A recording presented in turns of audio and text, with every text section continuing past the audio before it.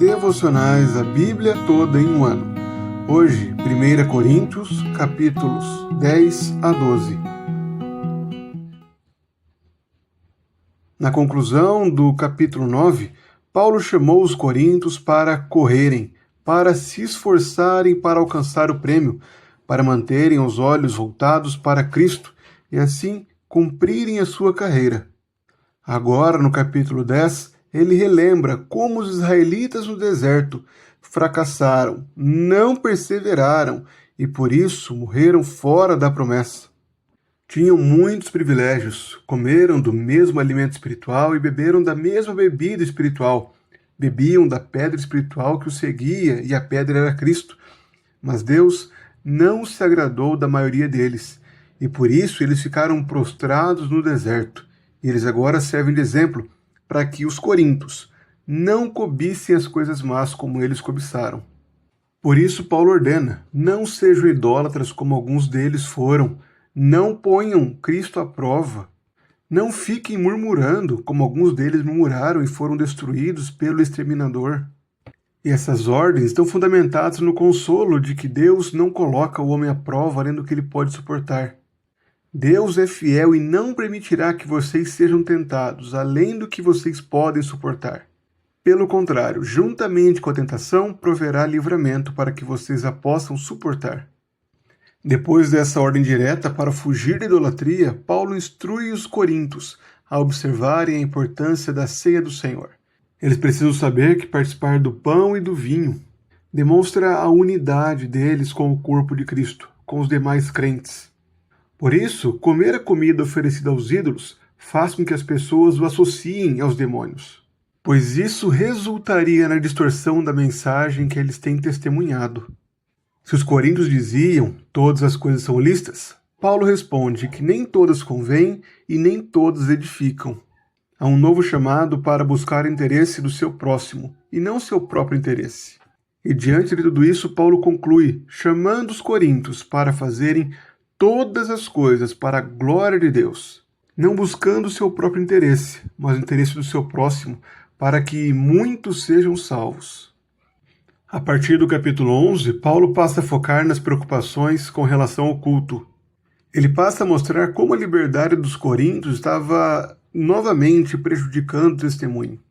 Era comum naquela cidade que as mulheres usassem o véu sobre a cabeça nos santuários. E era necessário que esse princípio fosse aplicado no culto da igreja de Corinto para deixar claro a posição do homem e da mulher nesse culto. O homem é o cabeça, ele deveria tomar autoridade na condução desse culto, dessa liturgia, enquanto as mulheres deveriam manter a cabeça coberta, mantendo o aspecto cultural em que a mulher destaca sua submissão pela cabeça coberta. Por isso, nós não defendemos o uso literal do véu hoje em dia, mas aplicamos esse mesmo princípio, destacando a autoridade do homem no culto, e mantendo o padrão bíblico que não despreza também a importância das mulheres no culto ao Senhor. Em seguida, Paulo avança falando sobre a ceia do Senhor e confrontando a igreja de Corinto por conta do partidarismo, das divisões que aconteciam inclusive na ceia do Senhor. Alguns se embriagavam enquanto outros passavam fome. Naquela época, a ceia não era celebrada como fazemos hoje nas igrejas, em que os presbíteros passam com uma bandeja servindo o pão e também o vinho. Naquele contexto, cada um pegava o que podia e comia e bebia. Assim, os que chegavam antes comiam muito e bebiam muito, enquanto os que chegavam um pouco depois não tinham mais nada para comer e beber da ceia do Senhor. Por isso, Paulo traz ordem a isso e repreende a igreja. No capítulo 12, Paulo trata da centralidade dos dons na igreja. Ele relembra que os dons são diversos, mas o Espírito é o mesmo. Por isso, os dons devem ser utilizados para a união da igreja, não para disputas, para desarmonia. O motivo dessa repreensão é porque havia dentro de Corinto inveja.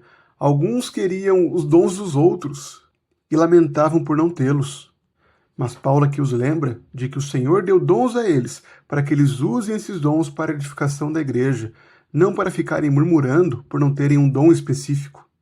E Paulo conclui mostrando que a igreja deve junta buscar os melhores dons, deve colocar em ênfase aqueles dons que são vitais para o funcionamento da igreja.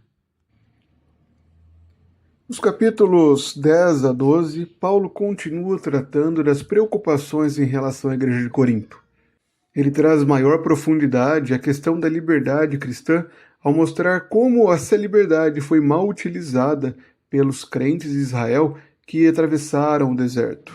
Como muitas vezes murmuraram contra o Senhor e tornaram-se idólatras por amarem a esse mundo, o que deve ser rejeitado pelos crentes de Corinto. Ele também corrige os abusos em relação ao culto, especialmente à ceia, e orienta os crentes a usarem os seus dons para a edificação da igreja. O propósito de Paulo é formar uma igreja que use a liberdade para glorificar a Deus, que viva em ordem e exerça os seus dons com unidade para a edificação do seu próximo. Cristo é o fundamento dessas exortações e alertas que Paulo faz. Ele é a rocha espiritual que acompanhava Israel, a rocha que foi rejeitada por Israel, que tornou-se idólatra. Cristo é o cabeça do homem, e o homem é o cabeça da mulher. Assim, Paulo chama os coríntios a exercerem a autoridade dos homens sobre as mulheres no culto.